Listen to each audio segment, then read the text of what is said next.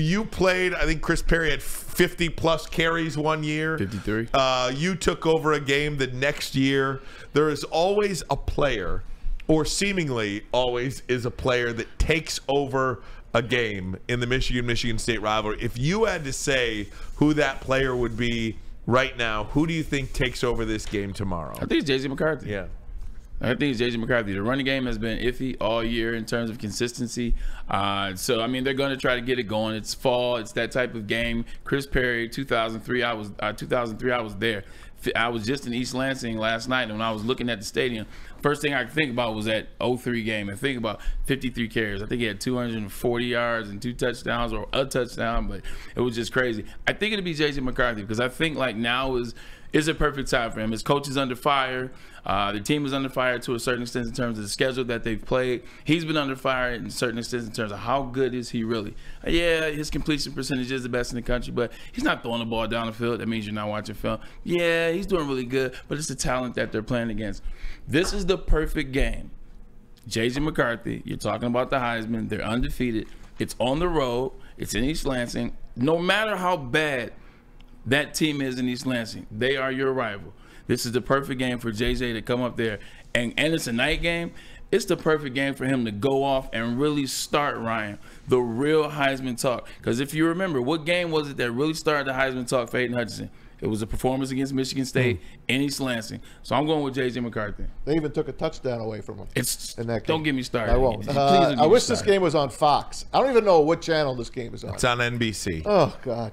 That means Peacock, right? But it's Noah Eagle and Todd Blackledge. Okay, that's good. They're good. They're good. All right, the reason I wanted it on Fox is because I wanted to hear Gus Johnson say, the Don. I think it's Donovan Edwards' breakout game. I really believe Donovan Edwards explodes in this game. That's my guy. It's a good one. That's my guy. Yeah, could be. It's an Edwards. This is true. Edwards have done well in that stadium. You know, if you look back at last year's game, this might be exactly what Michigan needs too. Look, you're playing an inferior opponent. I know it's a rivalry game, but there is zero possibility. It's an inferior program.